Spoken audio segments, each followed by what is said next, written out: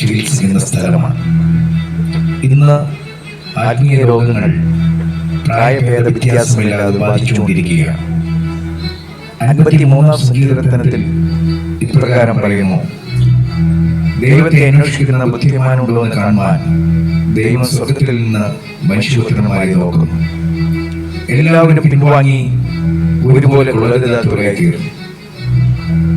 ഇന്ന് അധികാരത്തിന് പണത്തിനു വേണ്ടി അടിപിടി കൂടുന്ന കാലഘട്ടമാണ്.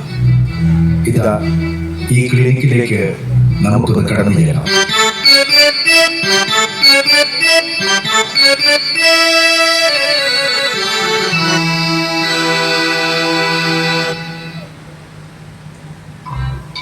സിസ്റ്ററെ, പേഷ്യൻസിനെ വെള്ളത്തിലെ അകത്തേക്ക് വിളിച്ചോ? ശരി മാഡം.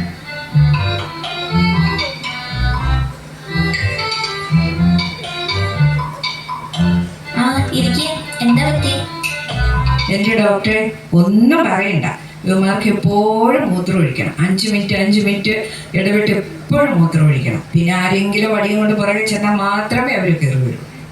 സാധാരണ എപ്പോഴും മൂത്രം ഒഴിക്കാൻ തോന്നേ? രാത്രിയിലാണോ പകലാണോ? എല്ലാ ദിവസവും ഇല്ലാന്നേ. പിന്നെ ഞായറാഴ്ച ആരാധന നടക്കുമ്പോൾ മാത്രമേ ഈ കുഴപ്പമുള്ളൂ. ഇതേ സാധാരണ 15 വയസ്സ് താഴേക്കുള്ള കുട്ടികളാണ് കണ്ടുവരാറുള്ളത്. ഇതിന് മെഡിക്കൽ സയൻസിൽ സാക്ഷ്യാണി മൂത്രാണി ഹിസ്റ്റേറിയ എന്ന് പറയും. കൂടുതൽ സാക്ഷ്യം പറയുന്ന സമയത്താണ് ഇത് കണ്ടുവരാറുള്ളത്. അതുകൊണ്ടാണ് സാക്ഷ്യാണി മൂത്രാണി ഹിസ്റ്റേറിയ എന്ന് പറയുന്നത്. ഇപ്പോൾ ഇത് പ്രായമായവരിലേക്ക് ബാധിച്ചുകൊണ്ടിരിക്കുകയാണ്. ഇവർക്ക് സാധാരണ സ്വോത്രകാഴ്ചയുടെ സമയത്താണ് കണ്ടുവരാറുള്ളത്. മാഡം, ഇതിനെന്താ ഒരു പ്രതിവിധിയുള്ള? സാരമില്ല, ഇതിനൊരു കഷായം മാത്രമേ ഫലിക്കുള്ളൂ. ചൂടുണ്ടോ വീട്ടില്? ഈ ചുരുൾ പുഴുങ്ങിയെടുത്തതിന് ശേഷം ഈ രോഗമുള്ളവരെ തിരിച്ചു നിർത്തി 3 നേരം ഓരോ ഡോസ് കൊടുത്താൽ ശരിയാകും. ചിലര് 1 ഡോസ് കൊണ്ട് തന്നെ ശരിയാകും. ഈ ഡോസ് കൊടുക്കുന്നത് മാതാപിതാക്കൾ ആരെങ്കിലും കൊടുക്കുന്നതായിരിക്കും ഏറ്റവും നല്ലത്. ഈ മരുന്ന് എവിടെയാണ് മാഡം കിട്ടുന്നത്? എവിടെയാണ് താമസിക്കുന്നത്? കരടുത്താണ് ഞങ്ങൾ താമസിക്കുന്നത്.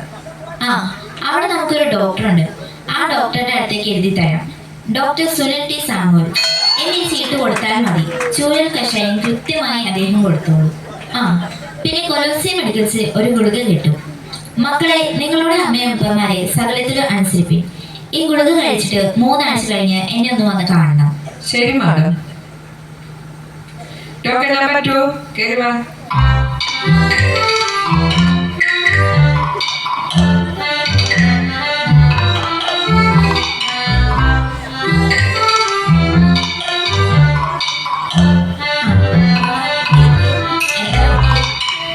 ഡോക്ടറെ, എൻ്റെ നാവിന് ഭയങ്കര ചൊറിച്ചില. ആ ചൊറിച്ചിൽ വന്നു കഴിഞ്ഞാൽ പിന്നെ എനിക്ക് വർത്താനം നിർത്താൻ പറ്റുന്നില്ല. വാ പൊളിച്ചേ. സാധാരണ എപ്പോഴേക്കും ഉണ്ടാകാറുള്ളത്? സഭയിൽ സാക്ഷ്യം പറയുമ്പോൾ മാത്രമേ എനിക്ക് ഈ ചൊറിച്ചിൽ ഉണ്ടാകാറുള്ളൂ. എന്റെ മുന്നിൽ നിൽക്കുന്ന ആളുമാര് സാക്ഷ്യം പറയുമ്പോൾ എനിക്കിന്റെ നാവിന് ഭയങ്കര ചൊറിച്ചില. പിന്നെ എനിക്ക് നിർത്താനേ പറ്റുന്നില്ല. ഇത് സാധാരണ സ്ത്രീകളുടെ ഇടയിൽ മാത്രം കാണുന്ന രോഗമാണ്. 100-ൽ ഒരാൾക്ക് വീതം ഈ രോഗമുണ്ട്. ഇത് വലിയ അപകടകരമായ രോഗമാണ്. ഇത്തരക്കാരുടെ വീട്ടിൽ പോലും ഒരു കാര്യത്തിന് അവസാന തീരുമാനം എടുക്കുന്നത് ഇവരായിരിക്കും. അല്ലെങ്കിൽ ഇത്തരക്കാർ വയലന്റ് ആകും. ഇവരുടെ വീടുകളിൽ ഭർത്താക്കന്മാർക്ക് പോലും ഒരു സ്ഥാനമില്ല. ഇതിന് ഞാൻ മറ്റൊരിടത്തേക്ക് റെഫർ ചെയ്യുകയാണ്. എവിടെയാണ് താമസിക്കുന്നത്? മുള്ളിരിങ്ങാടാണ് ഞങ്ങൾ താമസിക്കുന്നത്. മുള്ളിരിങ്ങാട് ചെന്ന ഞങ്ങളുടെ ഒരു ബ്രാഞ്ച് ഉണ്ട്. ഡോക്ടർ ഫിജോ ഫ്രാൻസിസ് ഹോമിയോ ഡോക്ടറാണ്. ഇത്തിരി പതുക്കെ മരുന്ന് പിടിക്കുള്ളൂ. അദ്ദേഹത്തിന്റെ ഭാര്യ ഡോക്ടർ ബീന ഈ സംസ്ഥാന അവാർഡ് വാങ്ങിച്ച ഡോക്ടറാണ്. പുള്ളിക്കാരത്തിന്റെ അടുത്ത് ചെന്ന നിങ്ങളുടെ ഈ ചോർച്ചിൽ ഒറ്റ ദിവസം കൊണ്ട് നിർത്തിത്തരും. ഇതവിടെ കാണിച്ചാൽ മതി. ഒരാഴ്ച കഴിഞ്ഞ് പറ്റുമെങ്കിൽ എന്നെ ഒന്ന് വന്ന് കാണണം. ടോക്കൺ നമ്പർ 3 കേറി വാ.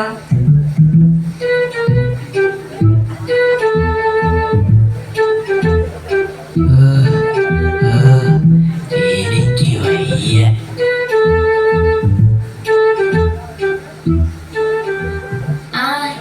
ഇരിക്കെ. അപ്പച്ചന് എന്താ പറ്റി? പിള്ളേരൊക്കെ ഉണ്ടല്ലോ കൂടെ. എന്റെ ഡോക്ടറെ, എനിക്ക് ഇച്ചിരി പഞ്ചാരയുടെ അസുഖമുണ്ട്. അത് അപ്പച്ചനെ കണ്ടപ്പോഴേ എനിക്ക് തോന്നി. അപ്പച്ചന് ഈ രോഗമുണ്ടെന്ന് ആരാ അപ്പച്ചനോട് പറഞ്ഞേ? ടെസ്റ്റ് ചെയ്തോ എവിടെയെങ്കിലും? എന്റെ ഡോക്ടറെ ടെസ്റ്റ് ഒന്നും ചെയ്തില്ല. ഞായറാഴ്ച സഭയൊക്കെ കഴിയുമ്പോ എല്ലാ പെണ്ണുങ്ങളും എന്നെ നോക്കി പറയും, ഈ അപ്പച്ചന് ഇച്ചിരി പഞ്ചാരയുടെ അസുഖമുണ്ടെന്ന്. പാടി പോകാമെന്ന് പറഞ്ഞ അവരങ്ങ് പോകും. ഈ അസുഖത്തിന് പ്രത്യേകിച്ച് മരുന്നൊന്നും ഇല്ല അപ്പച്ച. ചില പത്യോപദേശങ്ങളുണ്ട്. അത് തിമോത്തി മെഡിക്കൽസ് കിട്ടും. അധ്യക്ഷൻ ഏകഭാര്യയുടെ ഭർത്താവും നിർമ്മതനും ജിതേന്ദ്രിയനും സുശീലനും. ഇത് 2 ഔൺസ് വീതം 3 നേരം കഴിക്കണം. മൂത്ത സ്ത്രീകളെ അമ്മമാരെ പോലെയും ഇളയ സ്ത്രീകളെ പൂർണ്ണ നിർമ്മലതയോടെ സഹോദരിമാരെ പോലെയും 2 സ്പൂൺ വീതം കഴിച്ചാൽ മാറും. ഇനി ഒരു ഒറ്റമൂലിയുണ്ട് അപ്പച്ച, അതൊരു ഇടിക്കഷായ.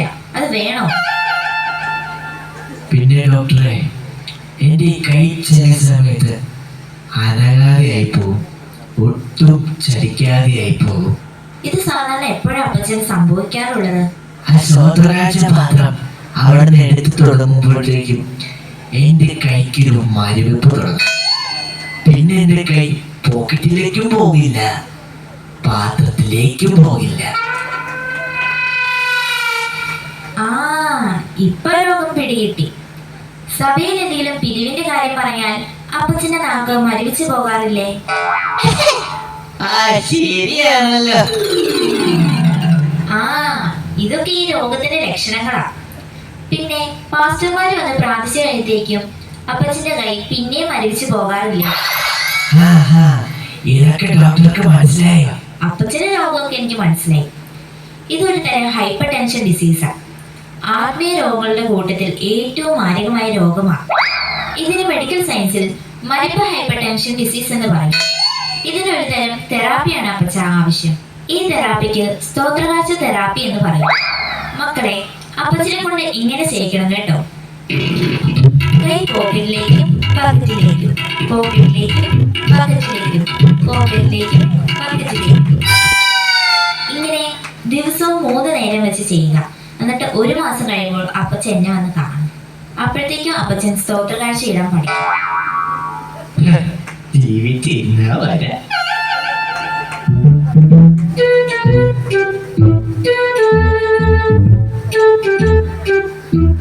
സിസ്റ്ററെ, ആ അപ്പച്ചന് കൊടുത്ത സ്തോത്രകാഴ്ച തെറാപ്പി എനിക്കും ഒന്ന് ചെയ്യേണ്ടി വരും.